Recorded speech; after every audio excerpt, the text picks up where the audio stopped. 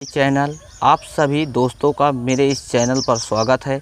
जैसा कि मैं आपने पिछले वीडियो में आप लोगों को क्लास 11th की मैथ में पहला जो चैप्टर है सेट्स यानी समुच्चय के बारे में आप लोगों को बता रहा था, तो आज मैं इस वीडियो में आप सबके सामने हाजिर हूँ। तो मेरे प्यारे दोस्तों, आइए हम लोग पढ़ते हैं समुच्चय के बारे में। तो मैं पढ़ूंगा समुच्चय के प्रकार, यानी समुच्चय कितने प्रकार के होते हैं।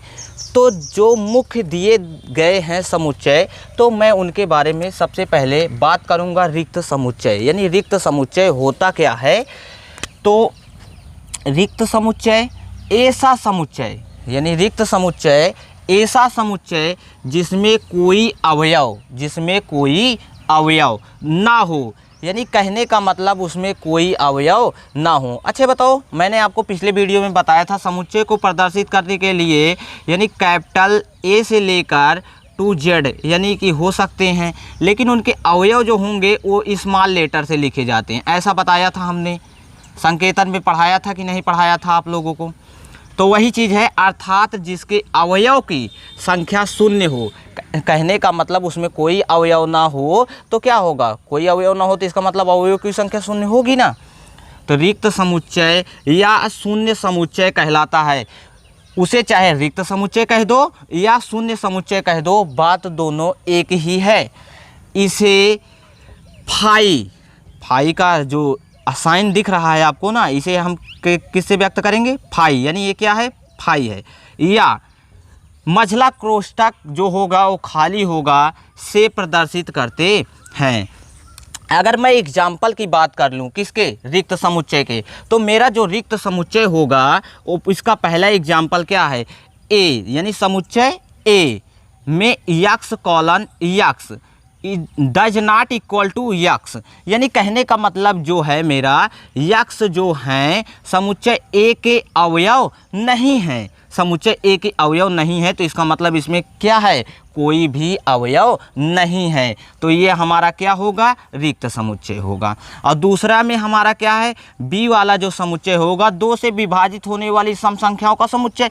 अगर जब ऐसा बात कर दिया तो पहली संख्या हमारी कितनी है, सम संख्या 2, फिर क्या है 4, ये सब क्या होंगी, 2 से डिवाइड होंगी ना। अगर जब 2 से डिवाइड होंगी तो इसमें क्या कह रहा है, ना होने वाले, यानी कि 2 से विभाजित होने वाली सम संख्याओं का, तो ना होने वाली क्या, ना होने वाली सम संख्याओं का समुच्चय। तो जब 2 से समुच्चय, वो समुच्चय होगा भी जिसमें 2 से विभाजित नहीं होंगी सम संख्याएं, तो इस कंडीशन में क्या होगा, कोई भी सम संख्याएं जो होंगी वो 2 से विभाजित होंगी। पर ऐसा कह रहा है 2 से विभाजित ना हो, तो इसका मतलब है कि उसमें कोई भी ऐसा पद नहीं होगा जो 2 से सम संख्या हो पर 2 से डिवाइड ना हो, ऐसा कोई भी पद नहीं होगा। तो ये हमारा क्या होगा, रिक्त समुच्चय। अब मैं आता हूँ दूसरे में, सी वाला जो समुच्चय है x colon x belongs to N, यानी प्राकृतिक संख्याओं से बिलोंग करता है। 0 से बड़ा यक्स होगा और यक्स से बड़ा क्या होगा, 1 होगा। तो ये क्या बिलोंग करेगा, नहीं करेगा, इसमें कोई भी पद ऐसे नहीं होंगे। तो ये क्या होगा मेरा रिक्त समुच्चय। मैं इसी पद में मैं अगला बात करता हूँ, क्या है मेरा, एकल समुच्चय। तो एकल समुच्चय से मतलब निकलता है मेरा कि जिसमें केवल एक ही पद हों, वो क्या होगा, एकल समुच्चय। मैं इसकी परिभाषा से पढ़ता हूँ, वह समुच्चय जिसमें एक और केवल एक ही अवयव हो, यानी कि उसमें पदों की संख्या केवल कितनी हो, 1, यानी 1 हो, एकल समुच्चय कहलाता है। तो मैं बात करता हूँ होगा कैसे, एग्जाम्पल के थ्रू समझता हूँ। जब एग्जाम्पल में मैं पढ़ता हूँ तो 5 है, देखो कोई भी समुच्चय होगा, ए होगा, बी होगा, सी होगा, किसी से भी प्रदर्शित करेंगे। पर ये बताओ 5 इसमें केवल एक ही अवयव तो है, एक अवयव है 5। और उसके बाद दूसरा जो दिया गया है ये क्या है, रोस्टर विधि है मेरा। मैं जैसा कि आपको बताया था ना, रोस्टर विधि में ऐसे लिखा जाता है। रोस्टर विधि क्यों लिखा जाता है, क्योंकि उसे शॉर्टफॉर्म में यानी छोटे जो भी अंक आएंगे वो छोटे यानी परिमित समुच्चय को ही प्रदर्शित करने के लिए हम कह सकते हैं रोस्टर विधि का प्रयोग करते हैं। तो इसमें तो छोटा है, मतलब शॉर्ट फॉर्म में निर्माण विधि भी कर सकते हैं, शॉर्ट फॉर्म में लिखने के लिए रोस्टर विधि का प्रयोग करते हैं।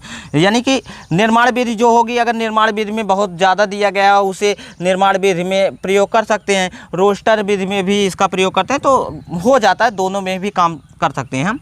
तो यक्स कॉलन यक्स लिखा है, x colon x plus 3 is equal to 5। तो क्या है इसमें, यक्स की जगह पे कौन सा अवयव आएगा, अगर हम यहाँ पे यक्स तब होगा x plus 3 is equal to 5 तभी होगा जब इसकी जगह पे, यानी यक्स की जगह पे मैं कितना रखूँ 2 और उसके बाद 3 जोड़ूंगा तभी तो 5 होगा, और कोई अवयव होगा नहीं होगा। तो इसका मतलब मैं ऐसे लिख सकता हूँ, इसमें कितने अवयव होंगे, 2 केवल अकेला अवयव होगा, तो ये हमारा क्या होगा, रिक्त समुच्चय। जीरो, जीरो भी क्या है, रिक्त समुच्चय है, क्योंकि इसमें केवल एक पद है जीरो ना, जीरो एक पद है, क्यों, ये क्या है, एक पूर्णांक है, पूर्ण संख्या होगी। और ये क्या है मेरा फाई, फाई देखो ये मैं रिक्त समुच्चय को प्रदर्शित करने के लिए केवल फाई का प्रयोग कर रहा था, पर लेकिन इसमें अगर इसे हम मझले कोष्ठक के अंदर रख देंगे तो फाई जो होगा वो हमारा क्या होगा, समुच्चय होगा। तो हमारा जो होगा समुच्चय होगा, पर ये इस तरीके से नहीं व्यक्त कर सकते। मैं ये कह सकता हूँ कि ये फाई के बराबर नहीं है, तो इसका मतलब इसमें कितने पद हैं, केवल एक पद हैं। तो जैसा मैं आपको पढ़ाया क्लास 11th में मैथ, तो आप लोगों को यदि मेरा वीडियो पसंद आए तो आप लोग मेरे चैनल को सब्सक्राइब कीजिए, लाइक कीजिए एवं कमेंट कीजिए। थैंक्स। बस आज मैं अपने अगले वीडियो के साथ आऊँगा।